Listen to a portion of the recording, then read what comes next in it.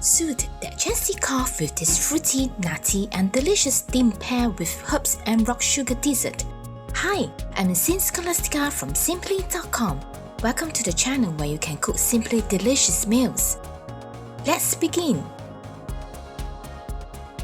Bei Xing is used in traditional Chinese remedies to treat colds and coughs. Nan Xing, yuzhu, goji berries and red dates are added for their ability to reduce cough and sore throat and to give the dessert an all-natural sweetness.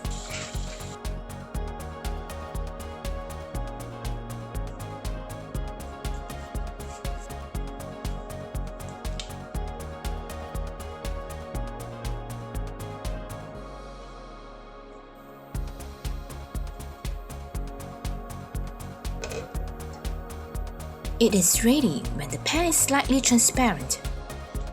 This dessert is best served warm for maximum benefits and is suitable for both children and adults.